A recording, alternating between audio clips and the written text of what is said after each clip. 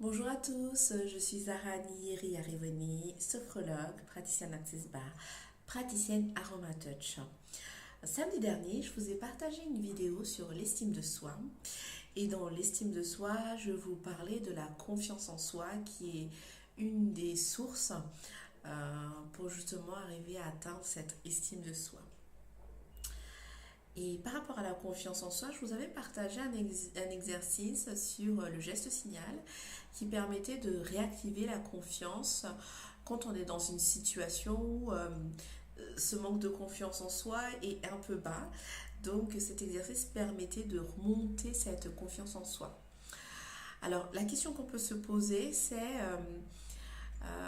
comme je peux souvent le constater en cabinet lors de mes accompagnements, c'est et si je n'ai pas du tout confiance en moi, et si je n'ai jamais senti la confiance en moi dans mon passé, comment est-ce que je fais justement pour aller créer cette confiance?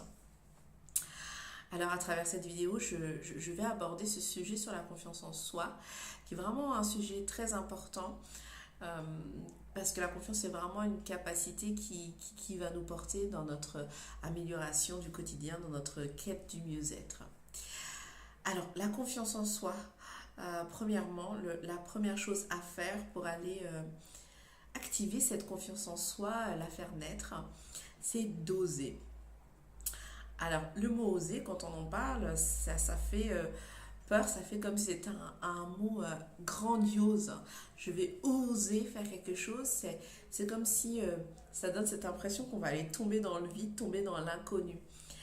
Et le mot oser, en fait, relève de l'audace. Oser, c'est devenir audacieux. Et quand on parle d'audace, on a l'impression aussi que c'est quelque chose de très monstrueux, qu'on va jamais y arriver parce que devenir audacieux du jour au lendemain, alors que c'est pas du tout notre nature, et moi la première, ça paraît très compliqué. Oser faire quelque chose de nouveau, très compliqué, et aussi pour moi la première. Et en fait, je reviens sur cette notion d'oser.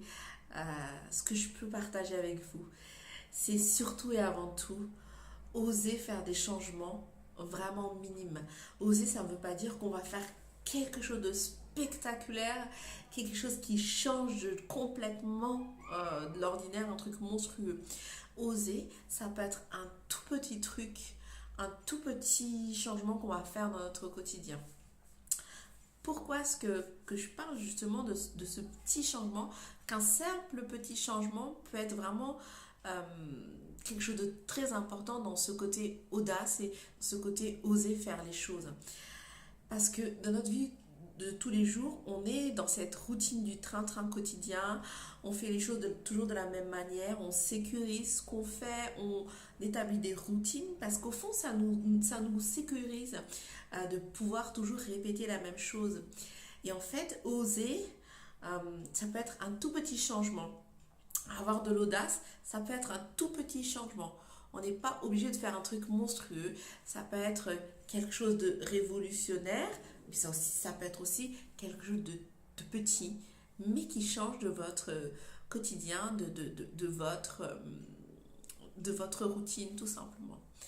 Et ça peut être quelque chose aussi qui vous permet de sortir de votre zone de confort, fameuse zone de confort dont je parlais dans des vidéos précédentes. Ça peut vraiment être des choses qui sont ponctuelles, mais qui sont fortes, mais aussi des petites choses qui ne nécessitent pas forcément d'avoir une implication hyper compliquée ou un changement énorme. Moi, si je vous partage un exemple d'un moment où j'ai vraiment osé. Euh, C'était au tout début de ma formation de sophrologie, formation initiale. J'ai fait une formation dans laquelle il fallait beaucoup s'investir, qui était intensive. Euh, et durant cette formation, en fait, moi quand je suis arrivée à la formation, ça a été la révélation, hein. Je savais que j'étais sur le bon chemin et que j'avais qu'une envie, c'est de me lancer. Euh, et justement, ce qui est compliqué pour moi, c'est de prendre la parole en public, tout simplement, de parler devant tout le monde, de prendre la parole. Et, euh, et lors de ce premier cours, en fait, il y avait un texte à lire. Et sur ce texte, le formateur avait demandé un volontaire. Et voilà, j'ai pris mon courage à deux mains, je me suis lancée sans trop me poser de questions, avec un peu de peur. Euh, et je me suis lancée et je me suis portée volontaire pour y aller. Et voilà, j'ai lu ce texte euh, tout en étant ouverte à toutes les critiques que je pouvais recevoir. Et vraiment, après la lecture de ce texte, j'étais vraiment fière de moi d'avoir réussi, d'avoir osé y aller. J'étais dans cette promotion où je ne connaissais personne, où il y avait quand même beaucoup d'enjeux parce que je changeais de cap, je changeais de métier. C'était le début d'une nouvelle vie, donc il y avait quand même beaucoup de challenges, beaucoup d'enjeux à ce moment-là, et j'ai osé.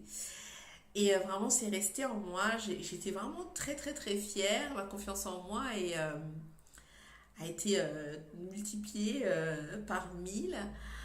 Et puis en plus, ce jour-là, j'ai eu plein de félicitations, plein d'encouragements, plein de bravos, parce que justement, j'avais osé. Et ça avait vraiment remonté la confiance que j'avais en moi.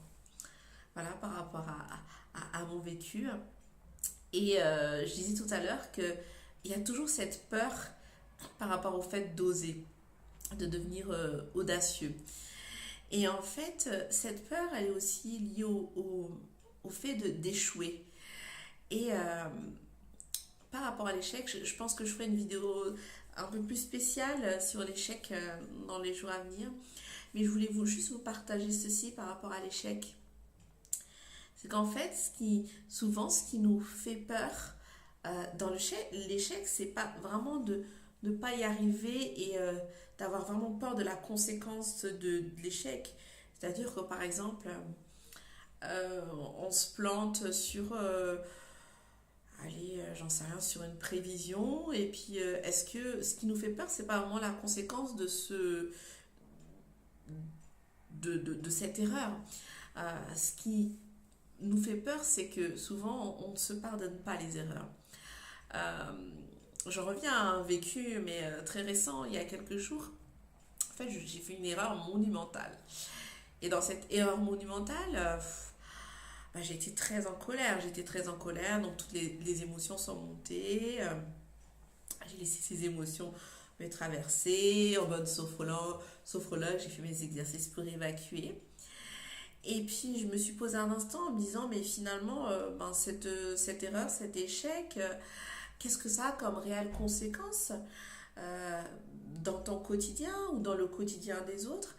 Et finalement il n'y en a pas eu, mais il y a eu zéro conséquence. Euh, mais la conséquence, ça a été que j'ai été fâchée contre moi. Je n'ai pas pu me pardonner parce que je m'étais mise à un niveau d'exigence tellement élevé que quand je me suis rendu compte de l'erreur, je m'en voulais à moi. Donc, ce qui se joue aussi dans la peur d'échouer, c'est le fait de, d'être plus ou moins gentil, pas gentil avec soi. Et aussi, c'est le fait de ne pas pouvoir se pardonner nos erreurs parce qu'on met vraiment souvent la barre haute, on a des exigences envers soi. Et en général, on est plus gentil avec les autres qu'avec soi-même. Donc ça, c'est vraiment très important aussi par rapport à cette peur. Euh, c'est d'évaluer vraiment quelle est la conséquence s'il y a vraiment un échec. Et surtout, si jamais je fais une erreur, qu'est-ce qui va se passer? C'est plutôt contre moi que je vais être fâchée. Et là, c'est plutôt un travail sur soi, sur plus s'aimer, plus être gentil avec soi et puis se pardonner aussi ses erreurs. Les erreurs sont humaines et comme je dis toujours, les erreurs sont des feedbacks pour nous faire avancer. Merci à vous pour votre attention.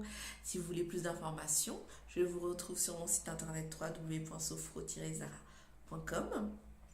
Je vous reçois en cabinet sur la mission Marne et sur Bussy-Saint-Georges chez Maxence. Vous pouvez prendre rendez-vous directement sur Doctolib en tapant mon nom Zara l'espace Ni.